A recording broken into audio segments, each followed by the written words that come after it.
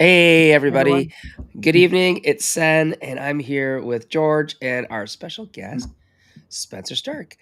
Hi. And before we get started, I'm just going to let you guys know that I am going to just zip it for the day. I have a very sore throat, as you can hear.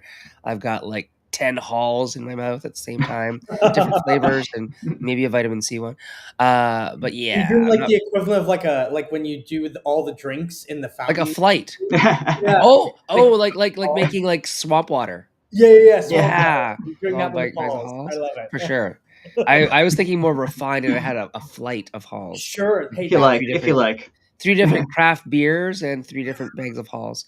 Alright, so we are gonna talk with Spencer about our topic that we've been diving into for the last month, really, 4 Mhm. shows on how to play games not around the table. And George, when he came up with the question, I think, Spencer, you were the first person he asked, "Can you get in touch with Spencer Stark?" Because he really wanted to understand the design process around Alice is Missing, which is a yeah, game that you can play around the table, and it just plays in a weird way, yeah. on a wonderfully weird way. Mm. And there's all sorts of other stuff about Alice is Missing that I think is really cool.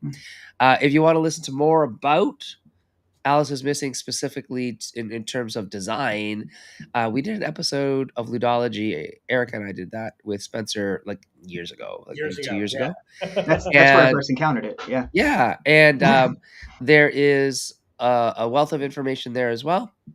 But today we have a very specific question about how we design for playing in these kind of almost semi-disconnected ways. Yeah. Mm. Yeah, and of course, everybody. Also, Spencer, why do you look so serious in that picture that I used of you? In the picture that's on the thing, yes, I think that picture was for me doing my run on Canela Obscura for Critical Role. Yeah, So I think it was yeah, that around the super table. serious. And we were specifically in the live show for that, just to like bring it all together. In the live show for Candela Obscura that we did at the United Theater in Los Angeles, Mm. we did not have tables. It was set up with couches and chairs and background props and stuff, but like we were specifically not at a table. So all within theme. Hey, all within what we're Showing talking up, we're about today. here, we're doing the thing. Mm. Hilarious, hilarious. Yes. What comes around goes around. Yeah, And I mean, that's another thing. As I prepare to zip my lips and let George take the mic. That's another thing. I mean, I think actual plays and things like that where you're not around the same table usually. Well, oftentimes you are, but sometimes you're not. Um, I think that's a really fascinating thing as well, where it becomes like a spectator sport almost. yeah, it's almost Uh, theater. yeah, it is almost Mm. theater. I mean, it kind of It is. is. Yeah, but it's like almost like improv theater, right? Yeah, So it has some structure, but not too much. yeah. Um, and it's just it's a very cool space to be in. Anyways, everybody, I am gonna just kill my mic, and I'll let George take care of this. Go ahead, George. To start as we always do. Could you give us an idea of your origin story? How Yeah. you got into gaming? How you got into game design? Run with Totally. it. So I was I was reminded by my dad a little bit ago that like when I was young I was building games and I didn't even remember. But when I was a kid, I like I he recently found an entire binder of my like card game that I made at like 10 years old. And so I feel like it's something that the idea of play is something that I've that's resonated with me for a long time. Um, Sort of the idea of like play in a structured way, right? Not like play in like a go to the playground way, which I think is also really valuable, and we should all of us should probably run around a playground more, just to remind ourselves of that kind of play. But also like structured play, how are we doing it in a way that that has scaffolding, and so I went to film school. I was a film school kid, and then. When I left film school, I started playing games around the table with other actors and writers, producers, directors, um, who all were kind of in a similar boat, which a lot of us coming out of film school were all writing stuff. And it was, we are having some level of not success, like some level of like we're submitting things and we're hearing back, or we get a thing, you get interest in a thing and then it goes away. Most of the time, the stuff that you were working on was getting put in a drawer and not seen ever again by anybody. And you'd spend months of your life on this script or on this project that like just would disappear. And so this sort of bit of um, the glimmer of hope was gathering everybody around a table and telling a story together and leaning into that craft of storytelling in a way that we couldn't be told no. Like we could tell big sci-fi stories, big fantasy stories. We could tell noir stories or any of these, kind of stories that period pieces that would be really difficult to be able to make. We could just sit down and do it immediately at the table. And so from there, it was about crafting games that fit that kind of whatever genre or subgenre or my favorite sub genre that we are looking to like tell that session or that campaign. Um, and so from there, I started building games that sort of catered to the kinds of stories that I was looking to tell. And when I had the classic, like went from D&D into very quickly into like story games, and then never really looked back. Was really on the like the Quiet Year, and a Fiasco, and that kind of air, that kind of space. Card-based games were something that were really interesting to me as well. And it was really exciting when Fiasco became that. It became kind of a card-based thing too. So I kind of fell into that world, and I lived in that world for some time, and now I've sort of returned the to the big fantasy heartbreaker with something like Daggerheart, which is the latest thing that we put out. So sort of had my hands in all kinds of pies, but that's kind of where I come from. Excellent. So how? Just to jump straight into it. So Sure, where did Alice is Missing come out of all of this? Yeah. Well, I had played. I like to think of the creation process for me as a reaction rather than an action. Meaning, if I try and like just make a thing and I'm not reacting off of other things, then I feel like it doesn't have the same like je ne sais quoi as when I'm like, I have a very specific thing I'm reacting to, and so there were a couple of things that really went into Alice. One of them was that I had just played Life is Strange, which I think is the greatest sort of indie video games, or video games that like broke out of what people traditionally think of when they think of games.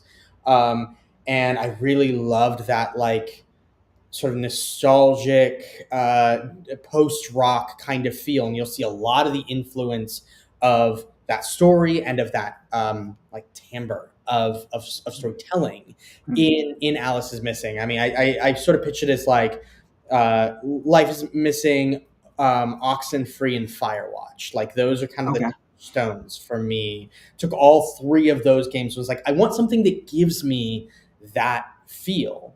And so I had on the very first song in Alice is Missing, the Message to Bears song, that opens and closes the game. And if you don't know, the game has a soundtrack where you play the soundtrack through the entire thing. And once the timer, basically it's a 90-minute soundtrack, and when that timer is done, the game is done. And so the bookend song, I was listening to that song on repeat because it had the feeling that I wanted, and I made what is now the like introduction card for the game. It's a little like snow, like feet steps in snow, and I wrote Alice is Missing, a silent role playing game, and I had no idea what that meant. Didn't know what it meant. I just knew it felt right.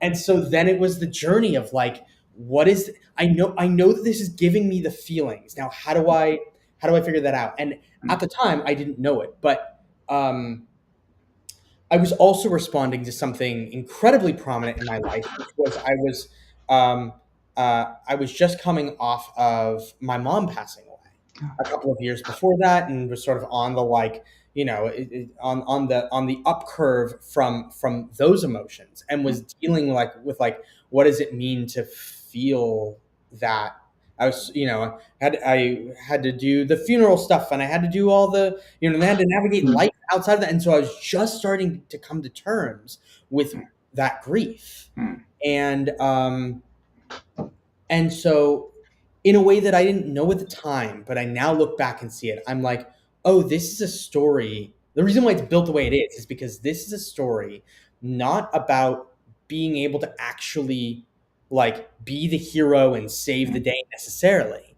It's about having really difficult circumstances thrust upon you, and you relying on the people that you care about the most, the people that are around you, your community, essentially your friends, um, to be there to support you and to talk with you and to go through a difficult time with you, uh, while this thing is kind of happening in the background.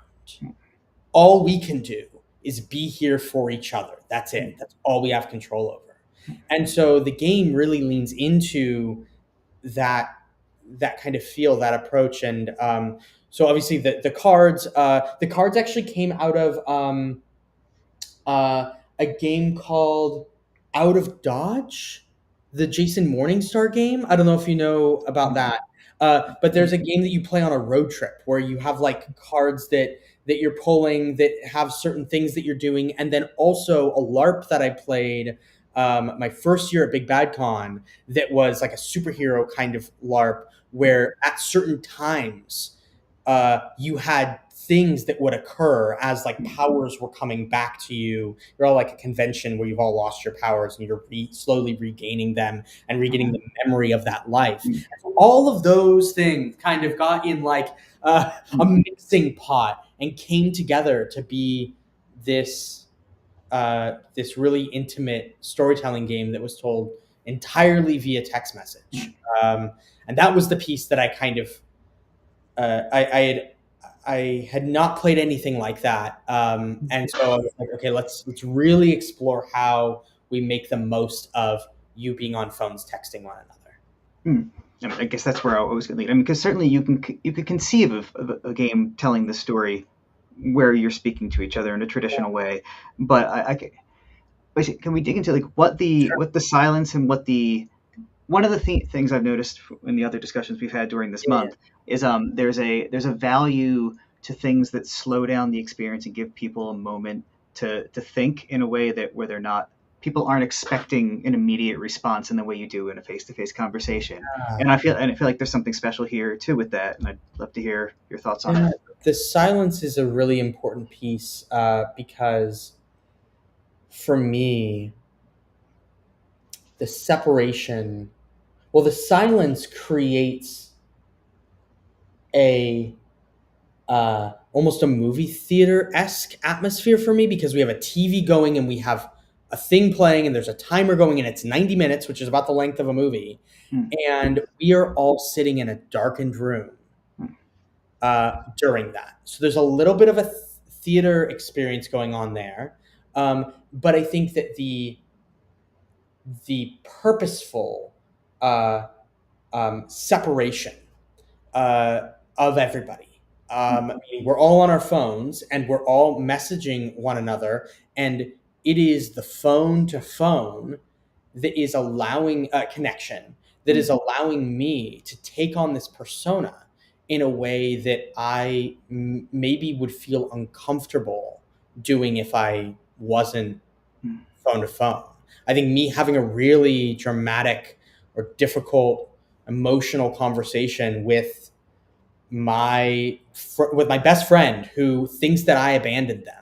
I think if we were to have sort of a screaming match about like why, or even just like an emotional heated scene between us as they're like, you fucking left me. Sorry, cursing. Is cursing allowed? Is it? Okay. You fucking left me and you abandoned me and you didn't message me.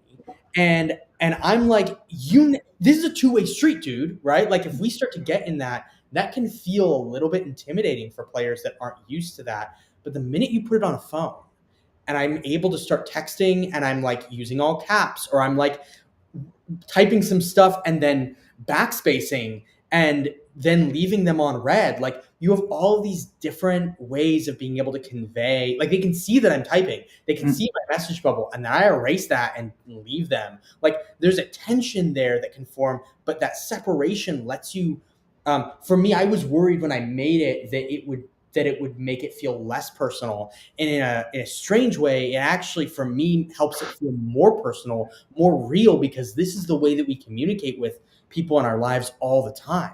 So it like scoops you up into that moment and says, like, you're okay to leave yourself behind for a minute and just become this avatar of who you're playing, that can have these difficult conversations, that can be, a 13-year-old kid or a 16-year-old kid, that might be awkward. You can be somebody of another gender in a way that, like, some people feel awkward role playing. Should I make my voice higher if I'm playing, like, whatever it is? And it's like, doesn't matter. It strips away all of that, and it says you are the words that you put on the page. And I think that that's one of the pieces that for me was so important and was so impactful, about making it a text based game. Um, and also, little Easter egg, and I've talked about this before, so it's maybe not surprising people, but Alice is missing. The acronym of the game is AIM because of AOL Instant Messenger. Ah. So that was like the one of the big inception points for me, was like, I want it to feel like we're using AIM as we're doing this, because that's what I grew up on. And in AIM, there's also this level of, like, as a teenager, how much of the way that I'm talking to friends, or, people maybe that aren't even my friend yet, but I got their username, how much of that is me versus how much of that is, like, this sort of persona I'm putting on for the way I want people to see me. And so we're also playing with that layer during the game too. Anyway, I could talk forever about it, but that's kind of No, that's good. yeah. This feels like a little bit of an aside, but I think it's on point. Like, when my first wife who passed away, she made giant mascot costumes for cosplay, and some she made for her size, but some were bigger, and I would occasionally wear them. And there was, like, I am an introvert. I do not like being out in public generally. But when I put on this layer of separation, Yep. I felt like I had permission to be an entirely different person. Oh yeah.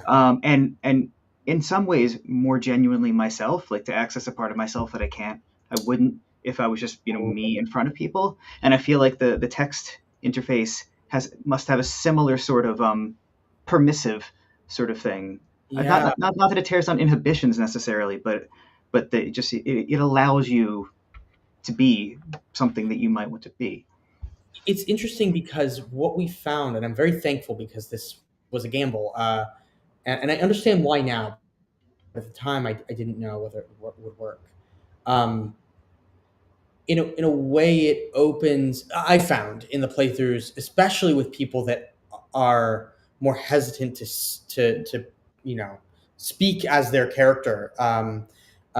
Those the people that are comfortable speaking as their character, I'm generally less worried about, because I'm like, yeah, you do this. This is your kind of your thing. But, like, the people that don't, and all of a sudden they're in the text messages and they're absolutely killing it. I'm like, oh, this is it allows. I've found that it often allows them to access a vulnerability and a not even a, I guess it's a related vulnerability, but it is, the game encourages you to, like, bring your own shit to the table. In some ways, like, for lack of a better term, it's like it's encouraging you to go, like, hey, what insecurities did you have as a teenager?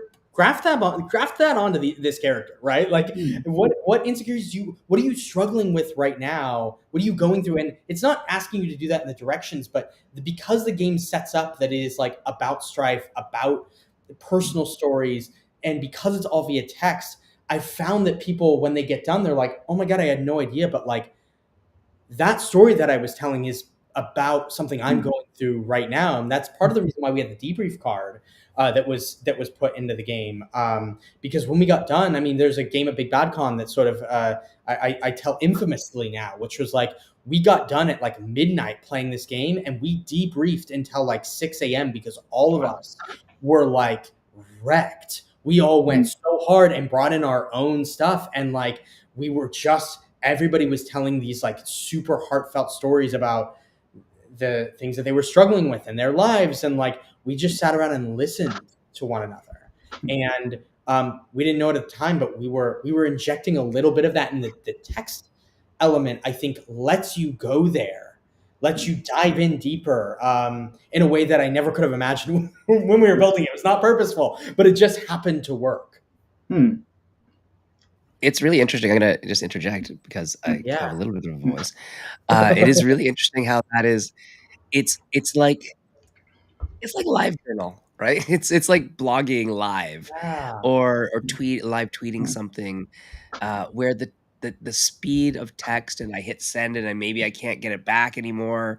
Yeah. There's something about that that is a real day-to-day experience for people who, live on the internet, Yeah. like many of us do, for better or for worse. Mm. And I think that the concept of, like, text and this interface, this phone interface, as a kind of separation from me to you, but it's still a connection, is really fascinating, because you're right. I think there is a lot of permission given to talk differently when you're talking via text, right? Mhm. And you're using like emojis, and you can be a little coy about things because you use emojis in a way that maybe the other person doesn't understand, Yeah. especially if they're like from another generation. And it is this interesting, like, almost democratic equalizer of the conch, right? Yeah. Because I find sometimes when you are playing around a table and you are playing with a bunch of people who, I don't know, might be professional voice actors or something, that unless the GM is really good at it, the person who's most dominant in terms of personality and loudest voice and all that kind of stuff sometimes holds court. Yeah. And that doesn't happen in Alice is Missing. I don't think it's ever happened when I played, because it's just such a democratic platform, just Yeah. texting, because anybody can text. While you're going off, I'm also going off. I just haven't hit send yet, that kind of thing. So Well, we're in individual it chats is kind of too, interesting. right? So Yeah. like we're in individual chats and a group chat. So like even if I'm not in the group chat, I'm messaging 3 or 4 people on the side as that's happening. Like, hey, did you see what this person said? Hey, can you go do that? Or whatever it is. Like we're having these emotional conversations, and so in some ways, like I create my own spotlight, as opposed to having to wait for it from the rest of the table. And I think to speak to that like element of not being at the table, one of the fun things uh, that we tend to do during play is that we'll leave all of our stuff at a table, make a central area for all the cards and stuff to be. But then we usually go spread out throughout the room or even the house, anywhere you can hear the music, and at least be able to peek over and see the timer so you can keep track of stuff. Like I usually will play it like we'll have a coffee table. We put all the cards on the coffee table, and then you go lay on the couch, and somebody else goes and sits in the kitchen on the floor, and like they're like there's somebody who is just laying on the in the entryway, like with a bunch of pillows. Like that's the ideal way for me to play Alice. And then you just go turn the cards when you need to at the coffee table, and you leave all that behind until Okay, you're ready to come back. before we get going on other stuff, um, I need to ask you, each of you, what do you call the room that you enter into? Hmm. What is that room that person was lying in? Usually it's the entryway for me. That's the word. Okay. George, what would you say? Yeah, I guess I would say that is, yeah. Now I've been informed, but I feel like that's, what else would you call that space? Maybe not really a hallway, because Oh that's too yay! generic. Does I do, mean, that's do you, true. I wouldn't say that, but that's I true. wouldn't Yeah. say it Yeah, either. but what you're what did you right. call it? What did you say, Oh Oh Spencer? yeah. yay! Like a foyer. Yeah. Yeah, yeah, yeah. I was wondering if either of you would say foyer, because Flyer, you're a yeah. bunch of Yanks. Anyway. As a kid, I had a house that my parents described a certain area as a foyer, but yeah, but Yeah. no, I would not say that. But yeah, I see what you mean. Okay, I was just wondering because language, language is such a fun thing Yeah, to yeah, talk about. yeah. Yeah. So, hey, I had an interview last week with the one, the only Knox, and yeah, Knox was saying that there's something in the works for Alice. That's either Yeah, current or happening right now. there's something that they're working on right now, and I can't speak too much about it, but I would keep your ears and eyes peeled for something new coming. They've been hard at work on some stuff, and I'm really excited to see what that team has developed. They've sort of been doing their thing, and they're taking it and running. And I've been at Darrington Press, which is where I am right now. I'm at the Darrington Press offices, and we've been working hard on Daggerheart stuff. And so I was like, go run, be free, go make some stuff. So I'm really excited now that it's sort of out of my hands to see what comes next, because that's always the test of like how Hmm. Mm. how It things sounds evolve. like a very interesting way of delivering the game. Yeah, Same experience, different delivery different. model. Yeah. Yeah, so hopefully, if you're a fan of Alice is Missing, or if you get to play it once in the way that it was originally intended to play, there's going to be more stuff, Yeah, yeah, more stuff, more yeah. stuff. More So stuff, more stuff available to you. So, cool. yeah, I'm excited for that. It's gonna be cool, and yeah, I can't wait to see what the team builds. Me too. George, more questions. Yes. I want to get to cats before we're done, but before then, I wanted to cover. So, in one of our earlier conversations this month, the Daniel Tozer's play by mail game was the importance of having prompts to help to move the story along and to help people who don't have a good grasp of a narrative arc Yeah. to build a story in a narrative arc. And I would like you to talk about how your prompts are important to the story. Well, Alice has a particular structure to it that makes the prompts unique in a way that doesn't exist in something like For the Queen, uh, and that is that they're specifically designed to go at specifically designed to go at times, at time codes during the game, which Mhm. means that we have like a set of cards, and if you have the expansion, you have even more. The Silent Falls expansion, you have like a bunch of cards, and you shuffle all those up and pull one. So like all the 45s, I shuffle those and put one out.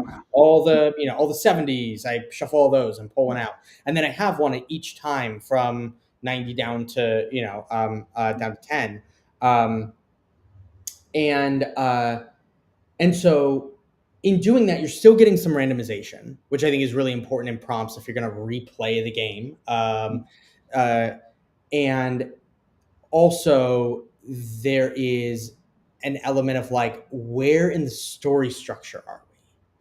So 45 is a really particular card in Alice is Missing. For those of you who haven't played, it's 90 minutes, so 45 sits dead in the center of the game. It's sort of our major tentpole. So when I was designing uh, the times, 45 was like my first. I have to get this one right because that's going to hold everything else up. Um, and so 45 changes the story in some big way. It's a pretty big, like, if you know the classic story structure, your midpoint is a big twist of some kind. So I wanted to ensure that 45 was a big old punch.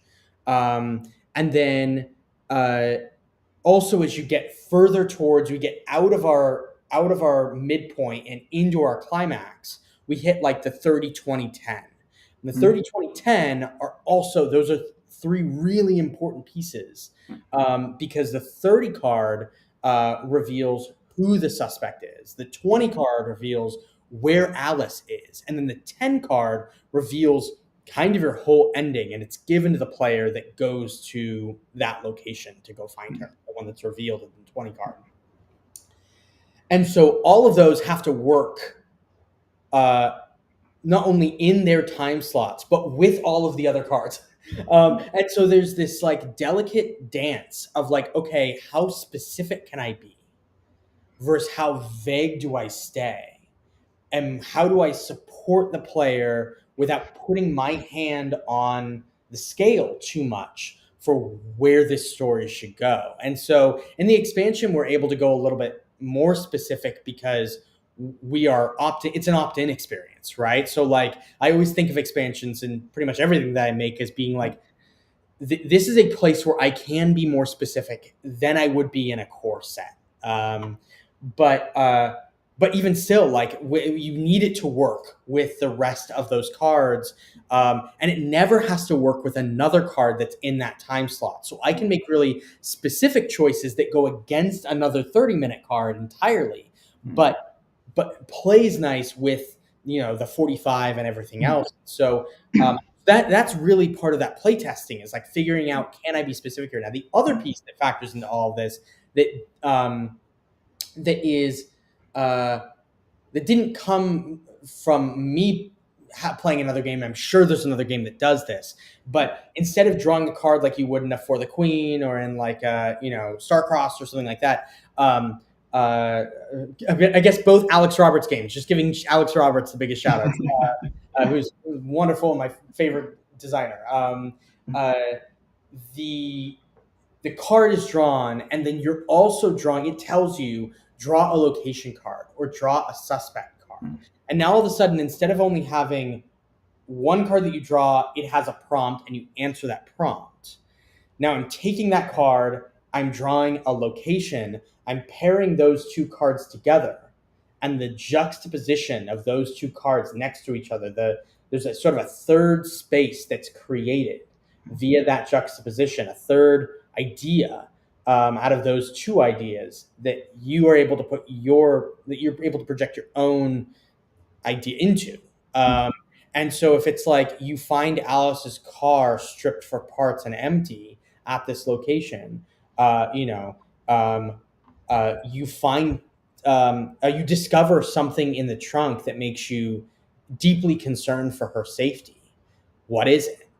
And I pair that with the Callisto River State Park. I'm like, oh my God, they took this out to like the middle of nowhere and abandoned it. That's going to be a very different prompt than if it is the Dripping Dagger nightclub. It's in the parking lot of the nightclub. Okay, what does that mean? So like we're also playing with that, what's called the Kuleshov effect, this like juxtaposition of two images next to each other that create a third image that wouldn't exist without the juxtaposition being there. That idea is like so central to Alice. We also do it specifically with the characters and the motives. You have the best friend, and they're joking around and aren't taking anything seriously. That's a very different best friend than they're getting to the bottom of it and they're going to blame somebody else for this, no matter what.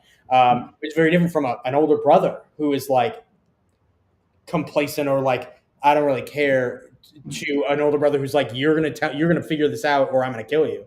Those are two very different. So that Kuleshov effect became a really prominent part of our prompt building and of our character creation, all that kind of stuff. Very cool. The other thing the fact that the game is time boxed is one of the things, even as a kid, like fascinated me was the start of computer games, but I've seen it in tabletop games as well, is like a game that doesn't wait for you. In a sense, where like the world is happening, you are in that world, and it's not like I've played games around a tabletop where like we can talk for 5 hours and that's 30 minutes in real time. It doesn't matter. And there's some where like someone's just ticking away. Like if you want to waste the whole night, something's going to happen in the world and you didn't work with it. And do people have different experiences based on how they use the time between the prompts?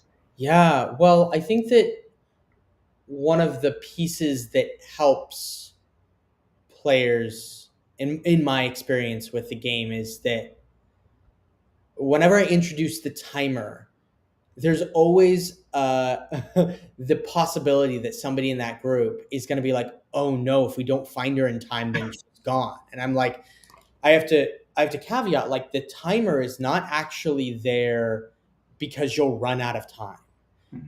The timer is a way for us to know when things in the world will occur, and our job is to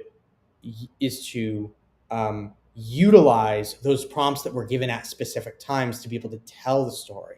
And so I think some unlike some games where everybody's like, we have to do this now because we're on a timer and it's going to run out of time. Think of board games. Like there's some game where you're rolling dice over and over and over, trying to like, get the right combination before the time runs out, or like 5 Minute Dungeon, right? Where it's like, I'm trying to play against the thing and match the symbols. Like Alice is actually, the timer is the thing that gives you the game in some ways. And Okay.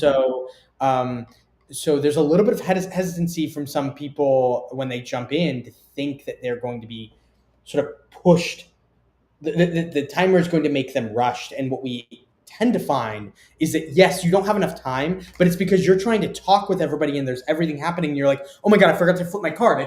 It's 28 and I was supposed to flip it at 30. And now they're flipping their card and catching up. And like, it's more that there's like the chaos of the scene that's happening on their phone that's distracting them from the fact that there is a timer running in the background that is triggering the things that they're supposed to do. Sort of Okay. weirdly, kind of an inverse of most ways that most Yeah. games use timers. Hmm. What made you add the musical element? Mm. Uh, I I knew that sitting for 90 minutes in a room silently was not going to fly, and I knew that I would put on music anyways, and like if I was running it. And I really was trying to lean into the idea that like this is a cinematic experience. As much as it's on your phone, it should feel like a movie. And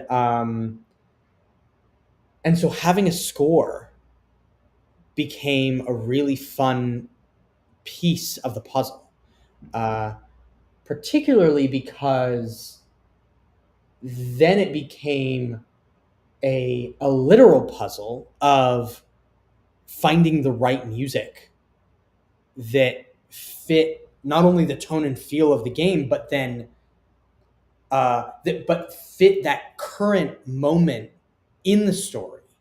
Because I know at 45, I know that we're gonna have to crest the music at about 43 or so. That's where our first big crest is gonna have to happen, because they're going to pick up the card and they're going to read it, and it's going to take them 2 minutes or so to probably get the information out for that big moment. So now we have to time all of that a little bit later than we would. And so when you play, you'll find that like as you go to text the information that you have, usually around that point you'll hear some kind of fall or rise in the music occurring. And I oftentimes will like wait like an extra minute as I hear the music starting to build and build and build. And then I'll send, and it'll send out to everybody at a certain time. And you feel that like the guitars just wailing and the drums going, and you're like sending like I found her, I know where she like there's that big cinematic moment that happens. And um music is such an impactful part of storytelling in a cinematic way that the minute we did it, I was like, I have to score the whole thing.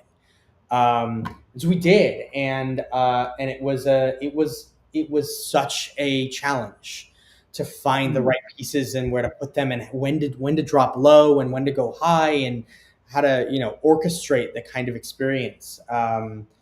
But ultimately it's about creating tension and also memory. It's about, you hear that first song from Alice, and there's people that'll text me, oh no, we lost somebody. There's people that'll text me Keep going. keep going. People that'll text me like, I don't know, maybe a month or two after they've played, and they they hear that first song again, and it takes them back to what it was like being in that story. And so, in the same way that sometimes smells trigger our memory, that they'll hear one of those songs and it'll just immediately take them back to that. And I thought that was really powerful in our playtesting, that I heard that over and over, and they'd return to the music and they'd feel those emotions again just via the score that they're listening to while they're doing their homework or whatever. So yeah, it went from being kind of an ancillary piece in the beginning to being like, no, no, this is a crucial piece of the puzzle. Hmm. Very cool. Like, so now I'm going to get to Kat's question. Like, this isn't so. This with regards to playtesting, this is can't. It's not like a board game where people just sit down and like you can tweak some rules and go through it again, or stop it in the middle and be like, let's start over with this new set. It's not like a role playing game where like we can do 6 months worth of sessions and we'll just tweak the rules between them. This is a very tight experience. Totally. I've said enough. You know where I'm going with this. Like, what was involved in dialing this in? Well, when we first built it, it was only 60 minutes. Okay. And that was the very first playtest was 60 minutes because I was afraid that people would be bored. An hour of just being on your phone, people are going to be so bored. Like just messaging each other, an hour is going to be the max I could take it. And we got done with that 60-minute game. And everybody was like, it was too fast. Like we couldn't even. And I was like, you're right. I thought it was going to be an episode of a TV show. It's a movie. And so that was one of the big pieces that came out of playtesting. Another one was that I really was adamant in the beginning that the card, like for the first like couple of playtests, that the cards that gave you the clues needed to be a really muted color. They needed to be like a brown or a black or a gray or something that wouldn't interfere because they're sitting in front of you. And my big thing was like, I want all attention on the phone. I don't want you going anywhere. I want you knowing your number on your card. You usually have about 2. So I know I have 30 and I know I have 60. I know I have 60. 30 and 60. Those are my numbers. So I'm just keeping an eye on the TV and I'm going, great, it hits 60. I go get my 60 card and I turn it. And the TV is bright and it has big numbers and it's taking up a lot of visual space. I was completely wrong. Like, couldn't have been more wrong. Because everybody always missed their cards.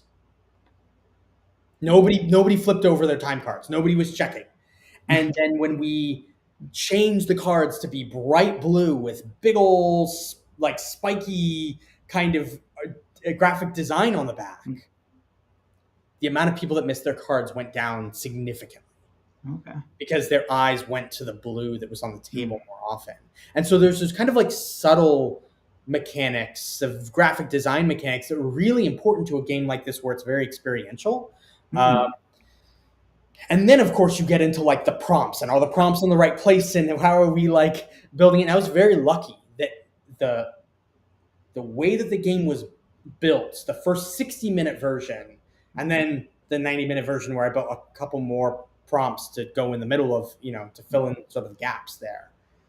The difference between that and the final game, maybe 10-15%. Wow. Okay. And so I was very lucky that like we play tested it and it was like, it's good. I'm like, okay, are we sure? Right. So I probably ran 100 games of Alice is Missing over the course of the, year that it was in playtesting, which means I was running a game every couple of days sometimes. And it's a brutal game to run every couple of days. And it was really emotionally challenging. I mean, I was like, it hurt. There came a time where I got numb to it and I was like, this is bad. I don't want to be numb to this. But the playtesting required me to be numb to it. But then there came a point where I could let other people play and then I could ask them how their sessions went. And I could even look at their text chains, all of their text messages. And we have Discord servers is the other way that we play tested it. And we still use Discord servers a lot. And so I would have the Discord server and I would have every message that was ever sent and when it was sent.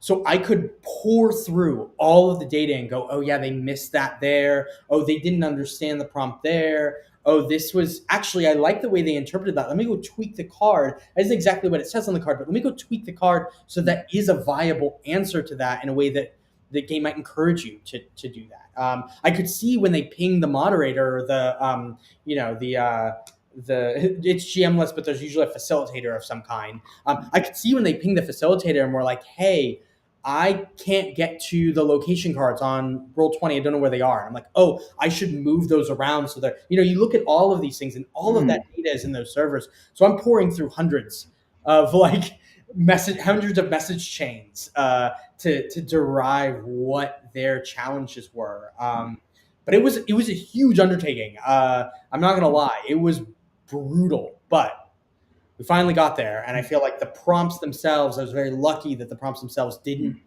only change 10-15%, but a lot of the other pieces changed. Music, the entire score is I had a first score that was all like music that I found on Spotify, and I was like, if I'm gonna sell this game, I can't link a Spotify playlist of music I don't know. So then I had to go license all that music and all that kind of stuff. So I mean, all that had to be play tested. So lots of different pieces, but it was as ever, as the two of you know, I'm sure very well, you just got to play it over and over and over and over, and just try and feel the notes behind the notes when people give them to you. Having those text changes given me sort of a, I don't know if I'm right, but like a revelation that, so I've recorded a lot of, playtests of board games. Yeah. And I'm generally focused on the board and how the board state is changing. And I'm wondering if I should tilt that camera up, because really what matters is the experience, what looks on people's faces and the experiences they're having. And like, that's what I really need to be capturing. And in a game where everything is via the text, you have that just by recording the board, you're recording. I mean, that is the board in a sense, the text. And I never really thought about it that way before. But because I know I'm supposed to be watching the players and not, watching the board, but I never thought about it. If I'm going to record it, that's what I want to know. Yeah. So, well, it's interesting, Yeah. right? Because like there's data you can get from the board that you need. But I would agree that like there's so much in people's face. Sorry, Simon, I didn't mean to cut you off. That's okay. No, I was just going to agree that, I don't. This sounds bad, and it's not that I don't, but I don't pay as much attention anymore to the nitty gritty math of it all. I mean, I do, but what I really and I've always paid attention to this is what people are saying, what people are, how they're acting, are they leaning in, are they disengaging, all that kind of stuff to me is much more important. Right? Well, I mean, so an Alice is missing. They have to be on their phone, Spencer. But if it's a game that doesn't use their phone, example for I don't want them on their phone. Yeah, bad example. Bad example. Yeah. But yeah, George, I think having an extra set of eyes, like a camera to record that is great. It's almost like, and I usually ask my playtesters to talk their move out, because I want to know what's in their head so that I can fix any inconsistencies. And the Discord's nice because you can chat with other people, go, WTF did Spencer mean by this card? Right? And everybody's going, I know, I don't get it either. But you don't get that at a competitive board game because nobody wants to look silly, right? Nobody wants to do that. But if you get them to talk out their turns, even if you're not at the table, later on you can go, oh yeah, they clearly misinterpreted my intention with that card, and that's why they played it this way. Do I like that? Do I not? Do I want to clarify the wording? It's just like in math class, I don't know if either of you were the kind of people who hated showing your work, right? The math teachers are also like, you got to show your work. And the reason why, and I tell my students this now, it's like, you need to have people show their work, because if you don't, how are you going to fix? How are you going to help them learn how to fix the errors in their thinking? Because that's really what it is. In math, it's just like you missed making a negative a positive because it's two negatives together or something like that. And if they don't show their work and they just have an answer of that's 7, and you're going, no, it's not, and it's a big X, and there's nothing else to base your corrective processes in, right? So we would call that a formative assessment in pedagogy, where it's like we're helping the person learn about learning that subject. And I think that's an important distinction to make versus a summative assessments where they should have expertise and they're showing expertise. And so in playtesting, it should all be aimed at being formative. It's forming a an impression, forming a story, forming a narrative of how to change the game for the better.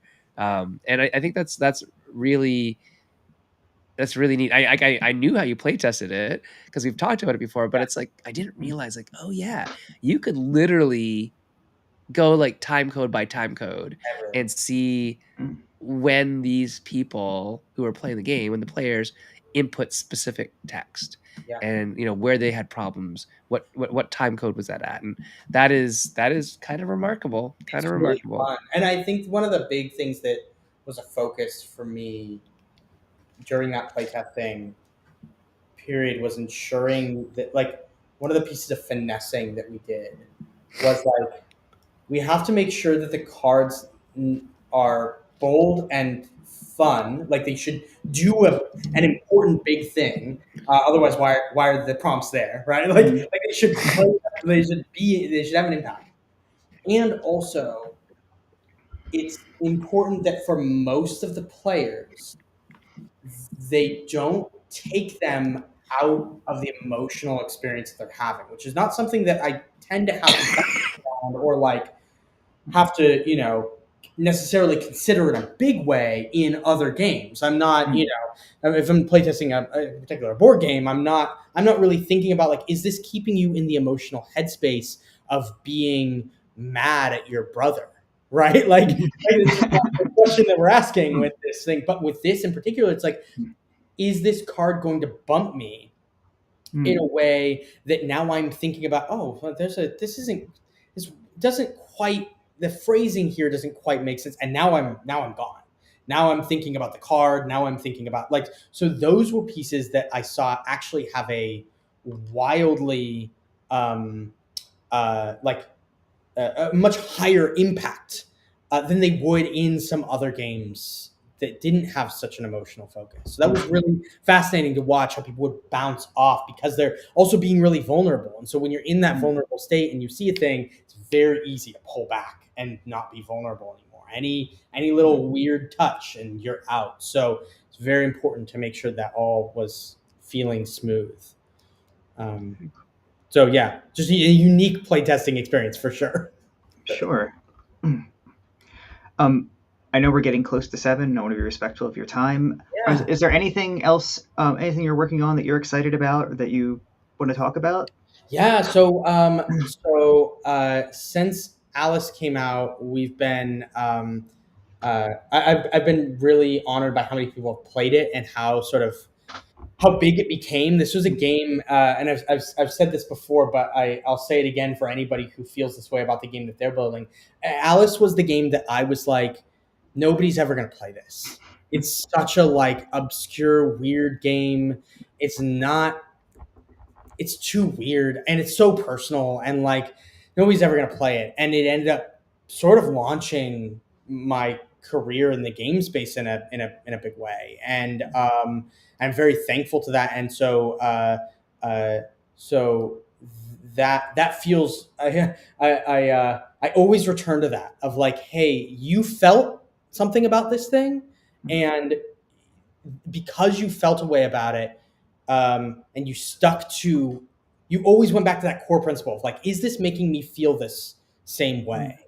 That the game uh, resonated with other people as well, because it was true to that. And so since then, I've had the chance to build more and more games. And obviously, we just released the biggest game that I've ever made called Daggerheart, that is like big, it sits in that area between like a PBTA and a trad sort of space gameplay. But that was my love letter to the kinds of games that I love and the kinds of games I always wanted to play, which is like, I love my maps and minis. I want to build some awesome terrain. I want to print some miniatures and paint them up. And also, I want to tell really heartfelt, compelling stories, and particularly in the fantasy space, because I'm a big fantasy nerd. So like, I wanted to do all of that, and so finding a way of being able to be like, yeah, we can make a fiction first game, make a narrative forward game, make something that feels inspired by like PBTA and Forged in the Dark, and also get the like, I get to roll a bunch of dice for my damage. Like embracing that kind of feeling again in the same way that we talked about with Alice. Like it was always going back to like, does this make me feel the way I want to feel when I'm playing? Does it feel right? And so I'm really excited. If you haven't had the chance to play Daggerheart, I would be thrilled and honored for you to go and give it a chance, especially if you are like me and are coming from a space where you're like, I want to tell great stories, and I also want to play with my little maps and minis on the table.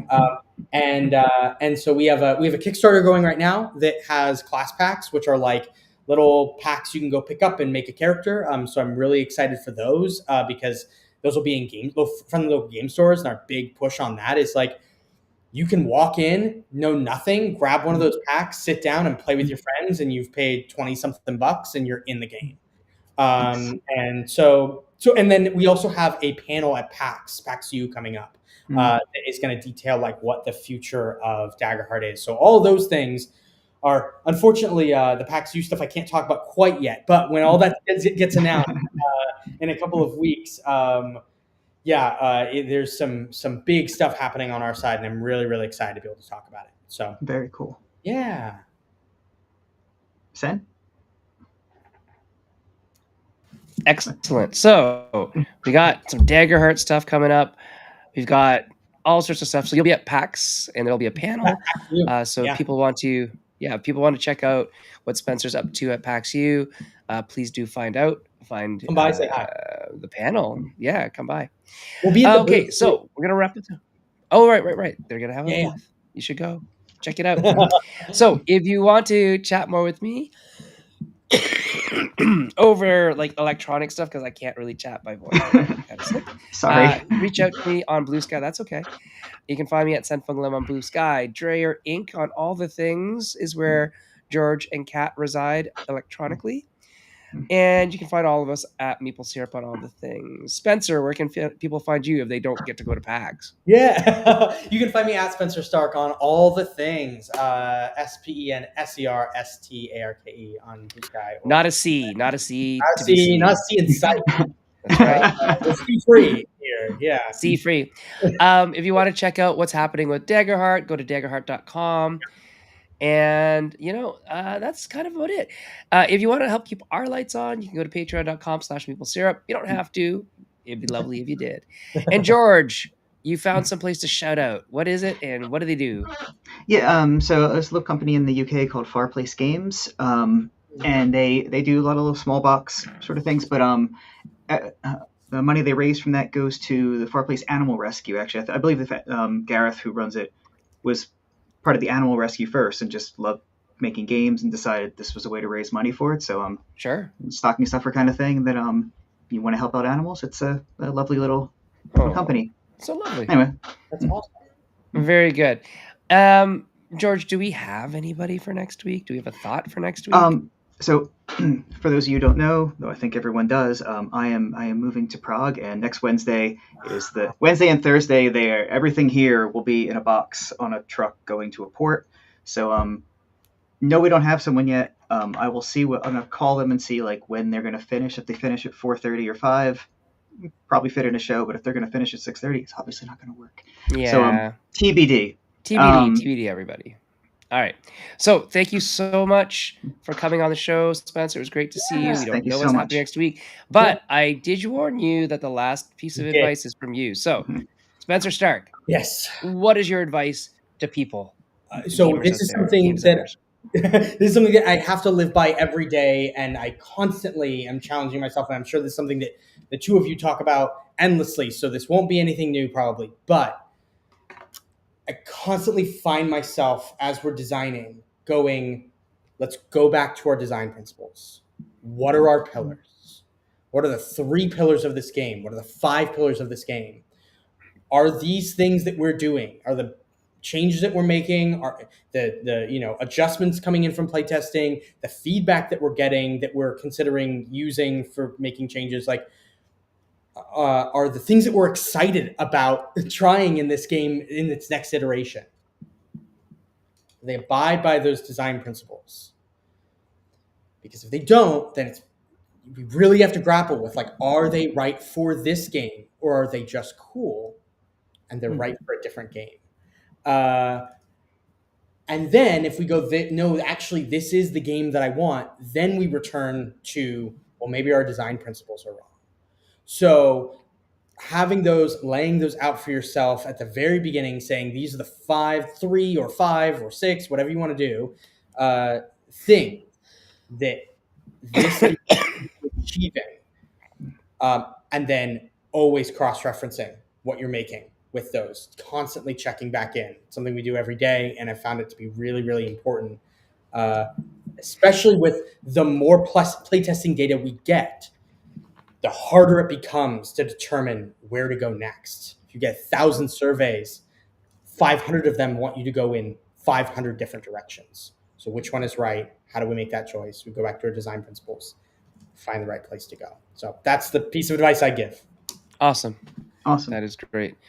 All right, everybody out there in Maple Syrup Land, we will see you next week. If George isn't here, it'll just be me, but we'll figure stuff out. Okay, we'll talk to you guys in a bit. Thank you so much. Thanks, Spencer. Thanks, Bye, Spencer. everyone. Bye.